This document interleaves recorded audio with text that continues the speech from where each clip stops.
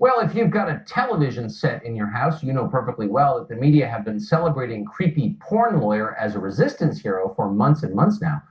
But it turns out they're not just celebrating him, but actively protecting him by withholding damaging information about him from you, the public. Two examples of this.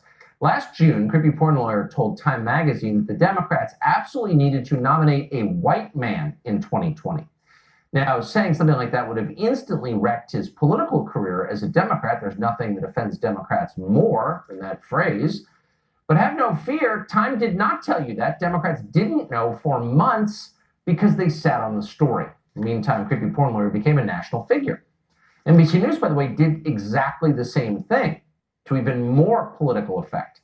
When creepy porn lawyer and his client, Julie Swetnick, accused Brett Kavanaugh of participating in a long series of public gang rapes. Remember that? Creepy porn lawyer presented a sworn statement from a second woman that seemed to back up some of Swetnick's claims. You probably vaguely recall this. Well, 2 days after he released that sworn statement, the woman recanted the story to NBC News reporters. She said that CPL had, quote, twisted her words. In other words, NBC News had credible information that dramatically undermined accusations against Brett Kavanaugh. It would have been nice to know that before the vote, but they didn't tell anybody. Are you surprised? Well, only if you imagine NBC News was still a news organization and not a particularly clumsy arm of the Democratic Party, which needless to say they are, because it was, of course, NBC that leaked the Access Hollywood tape to the Washington Post just before the presidential election in order to influence the outcome of that election, and later protected Democratic donor and accused rapist Harvey Weinstein. They did all that. And yet it wasn't enough for creepy porn lawyer. Even with NBC's assistant, it has been a tough couple of weeks for him. His client, Stormy Daniels, was ordered to pay Donald Trump's legal fees. His theatrics during the Kavanaugh confirmation helped put Brett Kavanaugh on the Supreme Court. Now the law firm that he runs is facing eviction for failing to pay its rent. He's still one of the best-known Democratic candidates for president, though. How is he likely to do?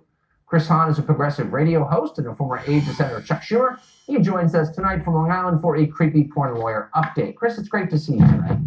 Thank you, great to see you for bringing us up today. So here's my theory. So creepy porn lawyer makes baseless charges against Brett Kavanaugh, accusing him of participating in a rape.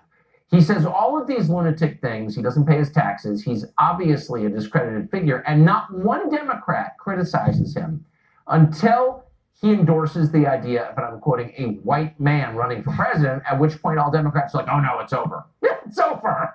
Why didn't anyone note that before?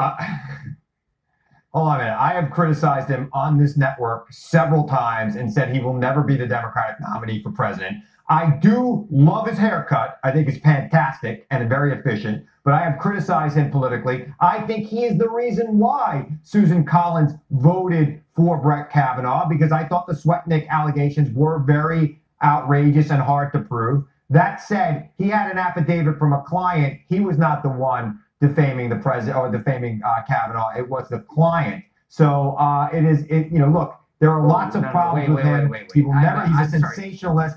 I agree with you up until there, but I just can't let you get away with the lawyer's dodge that it's the client. So it was creepy porn lawyer who brought these allegations forward, who took the deposition, who was the vehicle by which the rest of us know that these allegations were made. And by the way, these allegations were taken with dead seriousness by every news organization in America practically, not this show, but everybody else. And Democrats never said, wait a second, 10 gang rapes in a row? That's ridiculous. They stood and they nodded their head. Oh, it's very serious. A lot of people took it less than serious, and a lot of people dismissed it and thought that this was adding something to what was some very credible allegations against Kavanaugh. And look, we call him creepy porn lawyer because he represented a porn star. He represented myself. He represented a porn star who we know was paid money not to discuss her affair with the president of the United States. So that's why we know him as a porn star. Can I ask a question? She took money for a voluntary sexual relationship in exchange for not talking about it.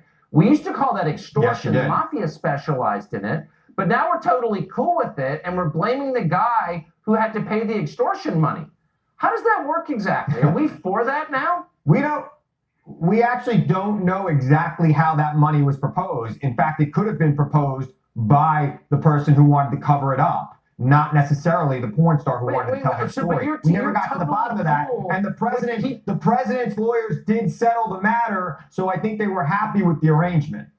Oh, so they didn't want to talk about it, therefore they must be guilty. But just for the record, I want to get this on tape. You're totally cool if people have a consensual sexual relationship and one of them gets money not to talk about it. That's okay with you? I'm not. If that person breaks the agreement and talks about it anyway, it's the fault of the guy who paid her off not to talk about it? Like, what world is that? I am not in favor of extortion. I was just pointing out, you're calling him a porn lawyer. We know why we call him a porn lawyer. We got to remember why he's a porn lawyer and who he represented. Not just it wasn't like he was arguing for more money from the porn stations. Yeah, he's a creepy porn lawyer. Anyway, just wanted to clear that up. Chris, thanks so much for clarifying all that. Appreciate it. Thank you, Tucker.